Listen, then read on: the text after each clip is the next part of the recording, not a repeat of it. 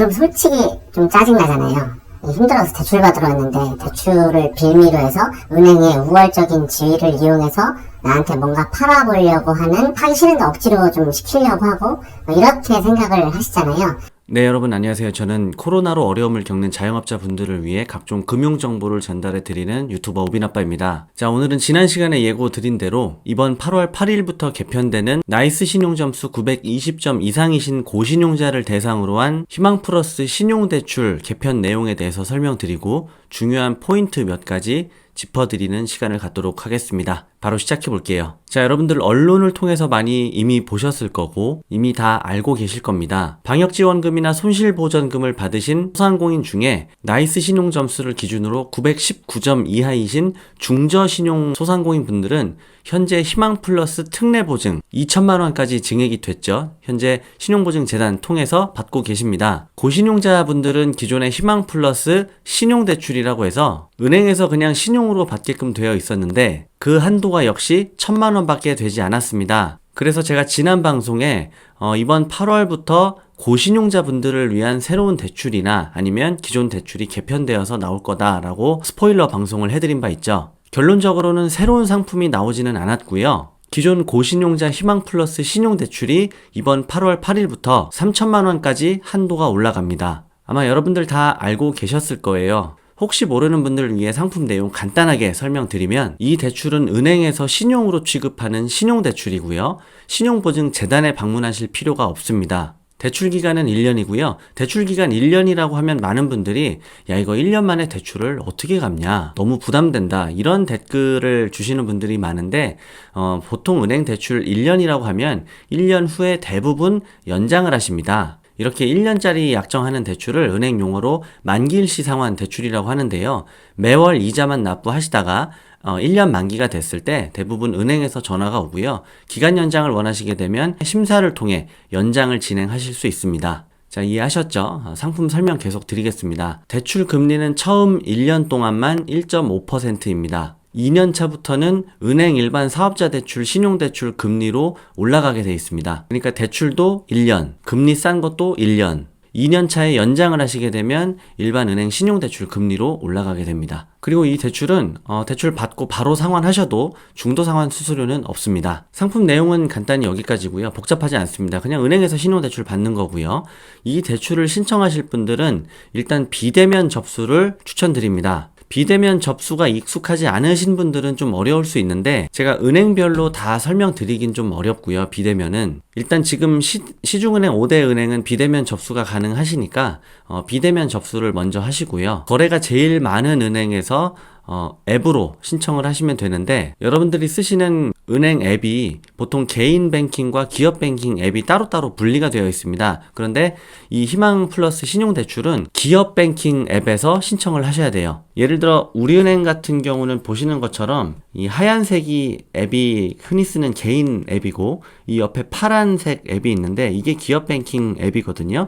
이 희망플러스 신용대출을 접수하기 위해서는 기업 뱅킹 어플을 사용하셔야 됩니다. 은행별로 다릅니다.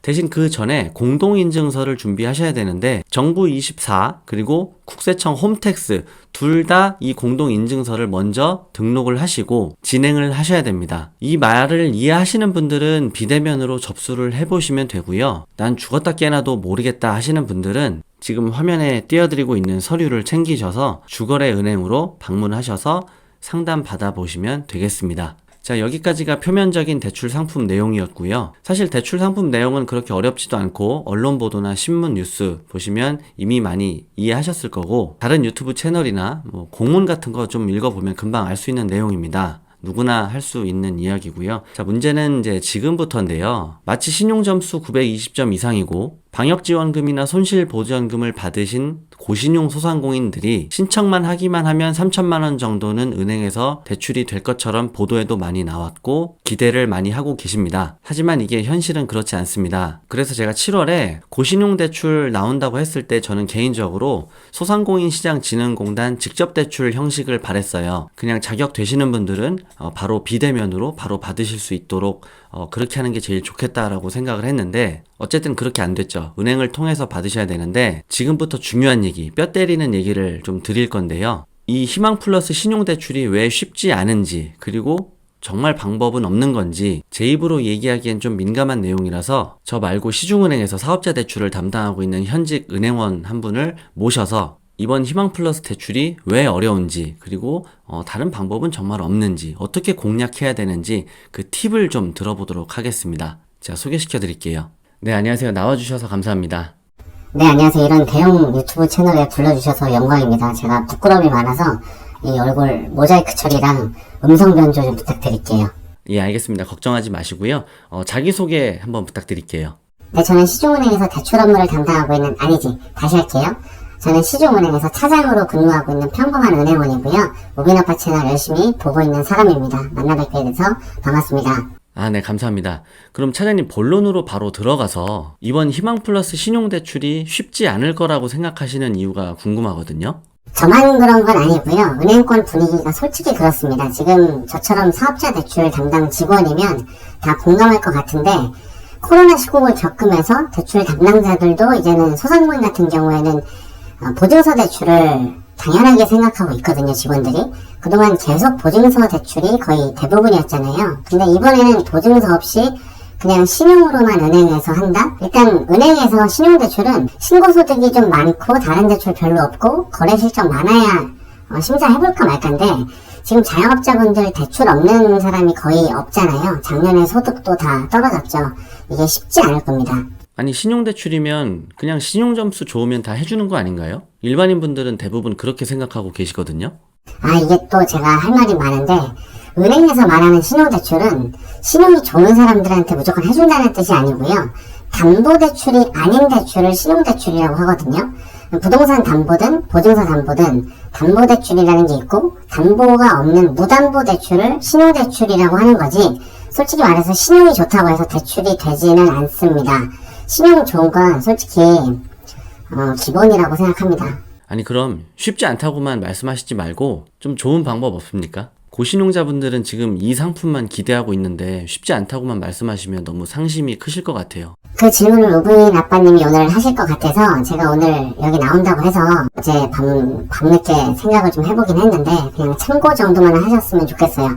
어차피 제 개인적인 피셜이고 워낙 다양한 케이스들이 존재하고 은행원도 사람이라 사람마다 좀 다르고 약간 그런 게 있는데 진짜 참고만 하신다고 하시면 제가 말씀을 드려볼게요. 일단 비대면으로 접수를 하시고요.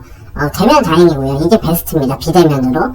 안 되면 이제 서류를 떼서 은행에 가셔야 되는데 제일 중요한 건 대출 상담할 때 그 상담하는 담당자가 담보가 없는 이 신용대출을 왜 취급해야 되는지 명분을 좀 만들어 주셔야 됩니다. 무슨 말이냐면 은행에서는 대출 취급할 때 담당자 입장에서 이 대출을 도대체 왜 해야 되는지 이게 되게 중요하거든요. 여러분들이 대출을 신청할 때 사업에 관련해서 어디에 돈이 필요하고 월 매출이 이 정도 나오니까 고정비 이거 다 빼고 어떻게 상환하겠다, 얼만큼 수익이 남으면 이렇게 상환하겠다, 따박따박 잘 상환하겠다. 다시 말해서 대출이 어디에 구체적으로 좀 필요하고 어떻게 상환하실 건지를 제시를 해줘야 됩니다. 그냥 은행 가셔서 이런 대출 나왔다던데 돈 예비로 필요해서 혹시 몰라서 받아두려고 한다, 금리 싼 거 나왔다고 해서 일단 받아두려고 한다, 이렇게 말씀하시는 분들도 되게 많으신데 이렇게 말씀하시면 안 되고요. 어렵다고만 하지 말고 어떻게 어렵고 구체적으로 이런 식으로 잘 갚겠다, 이렇게 좀 구체적인 그 프레임을 좀 짜서 가셔야 됩니다. 지금 말씀하신 건 저도 예전에 방송에서 했던 말씀인데 다시 한번 강조를 해주신 것 같고요. 혹시 다른 내용은 없나요? 하나만 덧붙이면 이건 진짜 민감한 얘기긴 한데 혹시 대출을 상담하다가 은행 직원이 상품을 권유하는 실적 얘기를 꺼낼 때가 있을 겁니다. 그런 상황을 맞닥뜨리실 수 있는데 그럼 솔직히 좀 짜증나잖아요. 힘들어서 대출 받으러 왔는데 대출을 빌미로 해서 은행의 우월적인 지위를 이용해서 나한테 뭔가 팔아보려고 하는, 하기 싫은데 억지로 좀 시키려고 하고 이렇게 생각을 하시잖아요. 근데 이 상황을 좀 반대로 생각해 보시는 것도 괜찮을 것 같습니다. 대출 상담 직원이 상담 중에 실적 얘기를 한다는 건요, 은행원들은 대출이 될 것 같은 사람한테 실적 이야기를 하지 대출 안 될 것 같은 고객한테는 실적 이야기를 안 한다라는 사실을 꼭 아셔야 됩니다. 그리고 은행 직원들도 솔직히 여러분한테 상품을 막 팔아먹고 싶어서 권유를 하는 게 아니라, 이게 진짜 은행원 생활 딱 하루만 해보면 알 수 있는 건데, 영업 스트레스라는 게 있는데 이게 장난 아닙니다. 그들도 살기 위해서 상품 권유를 여러분들에게 하는 거고요. 현재는 법적으로 대출을 취급하면서 예금이나 적금, 보험 이런 거를 가입시키거나 돈 들어가는 거는 권유할 수 없습니다. 그래서 여러분들이 뭔가를 권유 받으신다면 신용카드 발급이나 주거래 은행을 옮긴다든지, 자동이체, 관리비이체 이런 것들을 옮기신다든지, 스마트폰에 어플리케이션을 설치해서 등록을 해주고 이런 것들을 권유 받으실 수 있는데, 글쎄 이게 생각하기 나름인데요, 귀찮아서 그런 거지 사실 힘든 거는 없습니다. 다만 이제 좀 기분 문제가 있을 수 있고요. 기분이 나쁠 수는 있습니다. 그런데 신용카드 연회비 같은 것도 10,000원 정도 들어갈 수 있는데, 글쎄요, 큰 돈이라면 큰 돈이라 할 수 있지만 그렇게 어렵지는 않잖아요. 그래서 오히려 이런 점들을 역으로 이용해서 직원들에게 여러분들이 먼저 제시하시는 것도 괜찮은 전략일 수 있을 것 같습니다. 예, 굉장히 민감한 주제인데 꼭 필요한 부분 잘 말씀해 주신 것 같습니다. 시간이 길어져서 오늘 여기까지 말씀 듣기로 하고요. 오늘 출연해 주셔서 감사합니다, 차장님. 불러주셔서 감사합니다, 우빈 아빠님. 이게 말하다 보니까 되게 재밌네요. 다음에 또 불러주시면 버선발로 뛰어나오겠습니다. 네, 감사합니다. 자, 오늘 시간이 길어져서 여기서 급히 마무리하겠습니다.